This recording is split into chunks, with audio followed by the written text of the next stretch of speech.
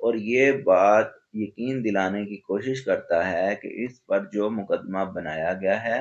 اور جو الزام لگایا گیا ہے وہ جھوٹا ہے اور وہ شخص بالکل بے گناہ ہے۔ اپنی بے گناہی کے لیے وہ تفتیش میں شامل ہونے کے لیے تیار ہے،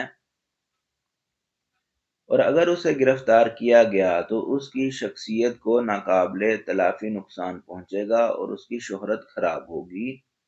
تو عدالت اسے وقتی طور پر ضمانت دیتی ہے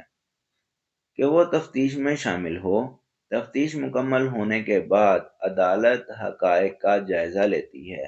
جرم کی سنگینی کو دیکھتی ہے، اور اگر وہ جرم بیلیبل ہے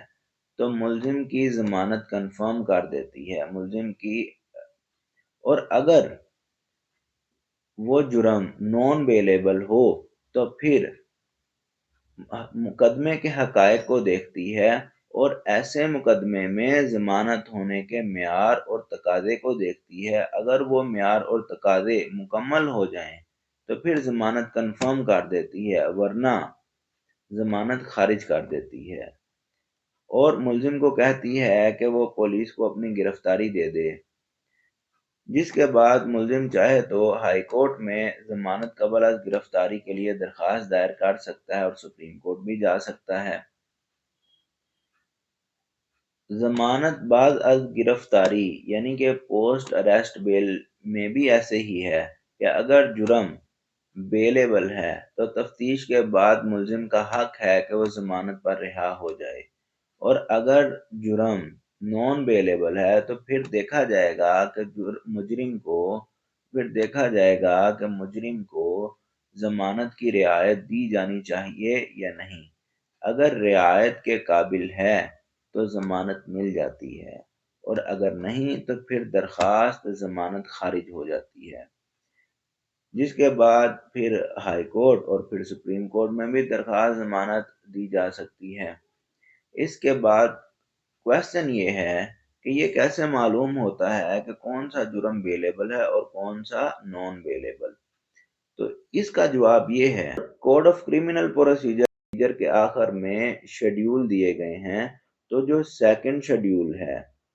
اس کے کالم نمبر 5 میں ہر جرم کا بتایا گیا ہے، یعنی کہ وہ جرائم جو پاکستان پینل کوڈ یعنی کہ تعزیرات پاکستان میں بیان کیے گئے ہیں وہ بیلیبل ہیں اور کون سے نان بیلیبل،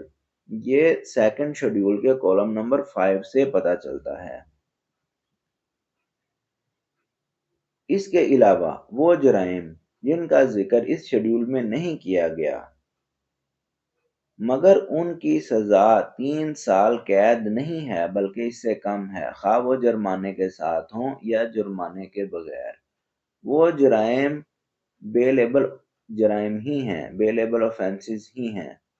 لیکن صرف اس صورت میں وہ بیلیبل نہیں ہوں گے جبکہ انہیں خاص طور پر نان بیلیبل ڈکلیئر کیا گیا ہو۔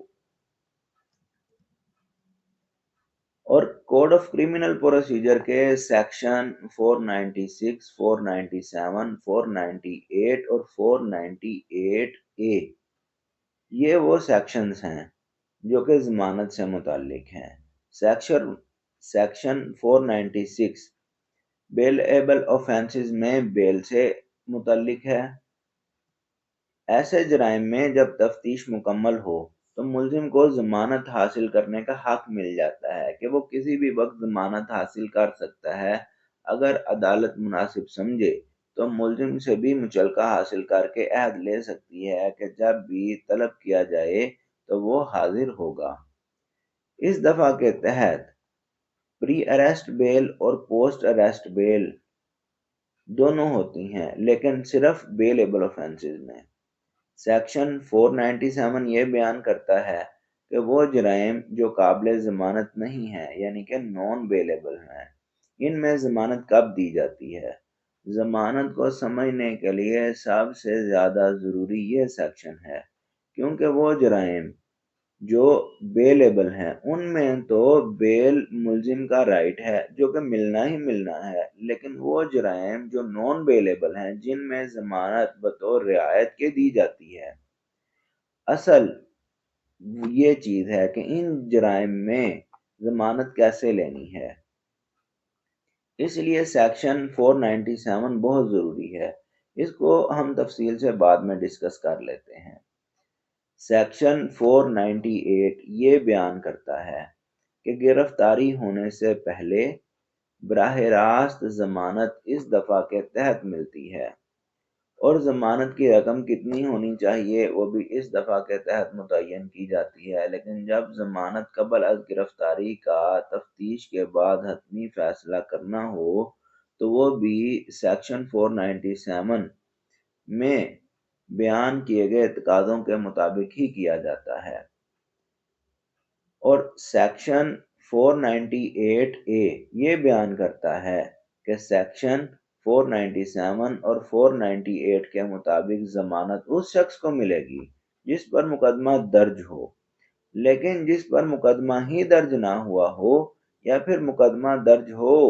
مگر نہ تو وہ گرفتار ہو اور نہ ہی اس نے اپنے آپ کو عدالت میں پیش کیا ہو، اس کو ضمانت نہیں ملے گی۔ یعنی ضمانت حاصل کرنے کے لیے یہ ضروری ہے کہ مقدمہ درج ہو، پھر اس مقدمے کے حوالے سے درخواست ضمانت دی جائے۔ اگر بندہ گرفتار ہے تو ٹھیک، ورنہ ضمانت کے لیے عدالت میں خود کو پیش کرے۔ بغیر گرفتاری اور خود کو عدالت میں پیش کیے بغیر کوئی ضمانت نہیں ہوتی،